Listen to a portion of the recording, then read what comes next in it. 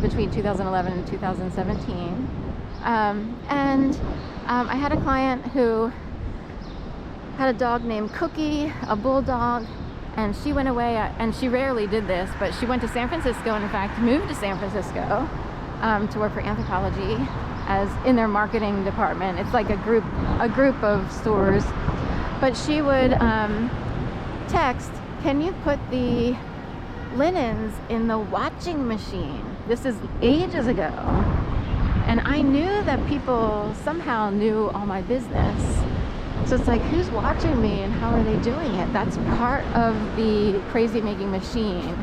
And a victim of this type of activity has to be like sort of helped along by angels in the sky, or if you have critical thinking, you can be like, there's no way, there's if you had this, that, and that, there's no way people can totally do it believing that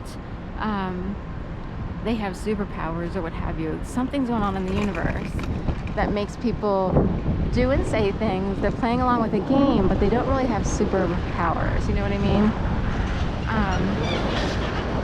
So it's hard to explain. Someone higher up would know that everything they say and do plays into the palm of their hands.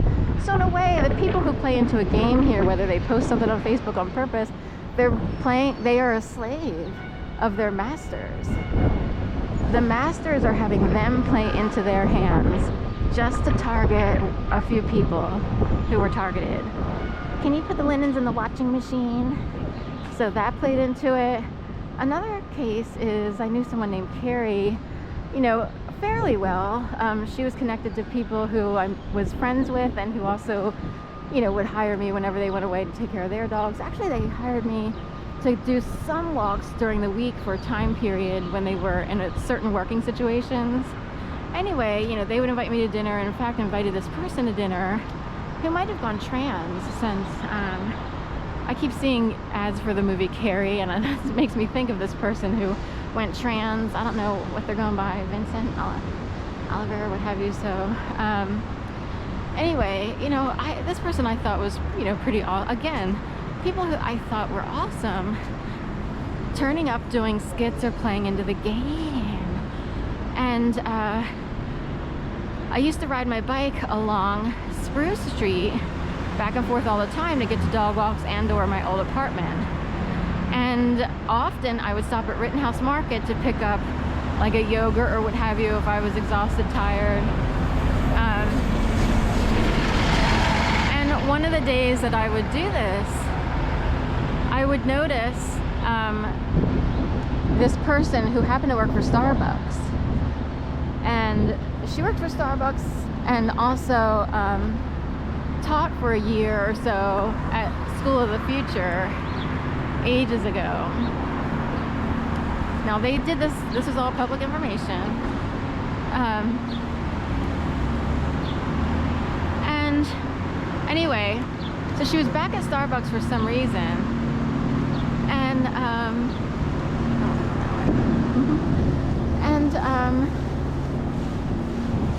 I would ride my bike up towards 18th and Spruce, and I would see a cone in front of the bike stand where I usually park my bike. So the indication was, let me get this shot here.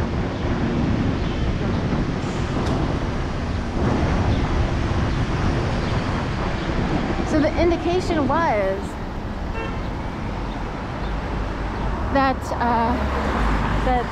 bike stand was either broken or you couldn't park your bike there, lock your bike there.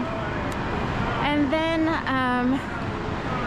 what I noticed across the street in front of the Starbucks on the northwest corner of 18th and Spruce was Carrie, who must have been on shift but on a break, along with a couple other people. One I thought was her former partner, Anne. I'm not sure if she was in the group or not. But they were carrying out kind of like a dramatic skit, as if some sort of drama unfolded in their lives. But it looked so fake, it was ridiculous. And usually people don't hang out in front of Starbucks on their break, It just came across as odd, like I was supposed to notice them, and also that I wasn't supposed to,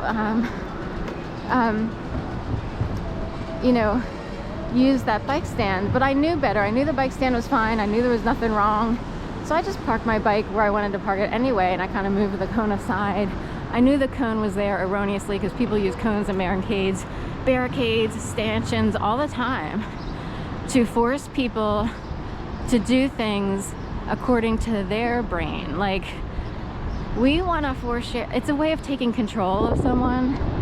We're gonna put this here to force Sharon to have to either park her bike on the side of the store, which brings her closer to the skit that was going on in front of Starbucks, and so forth and so on.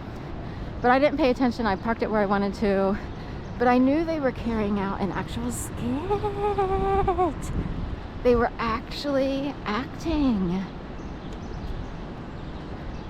Now, no one has set the world on fire from these groups. It's because I was like, how do they gain? Like, what do they get? Do they gain entry into a special group?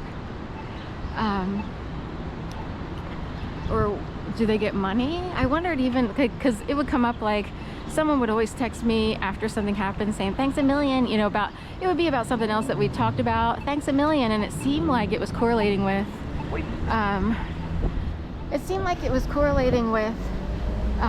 someone just won the jackpot, they put on a skit and now they got a lot of money. It would come across that way. Like, you would be slammed so badly, you would know something was up to begin with, something was wrong, and you would wonder, like, someone can put through the messages a little bit more.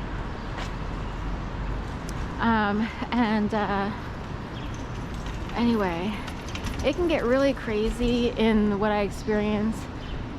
You can even remotely think of someone, like in this case, Carrie, and she was she was an acquaintance, friends with people, the same people I was, who I mentioned before about walking a dog, and they wound up moving to the Pacific Northwest, the friends. I don't know where Carrie went, but I think just north of the city. But anyway, all I have to do is remotely think of someone like, oh, Megan, right?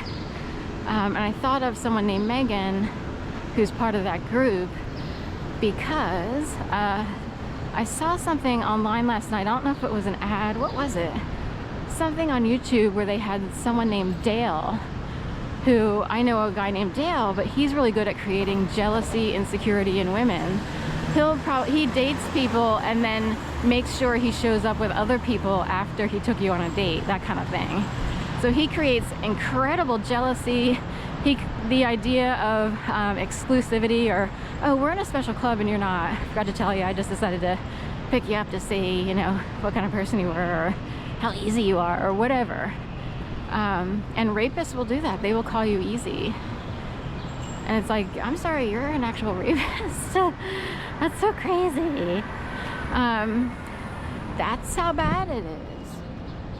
So the idea was Dale, in this ad or whatever it was on YouTube, this guy, an entrepreneur named Dale, wanted to either talk to or hang out with someone named Megan. It was worded in such a way, it was a little bit gross. I wanted to try on Megan. And it was like, oh, is he one of these people who directs people around the street and has the power to sort of Beetlejuice or puppet people, as I say? And he wanted to try her on, but she wasn't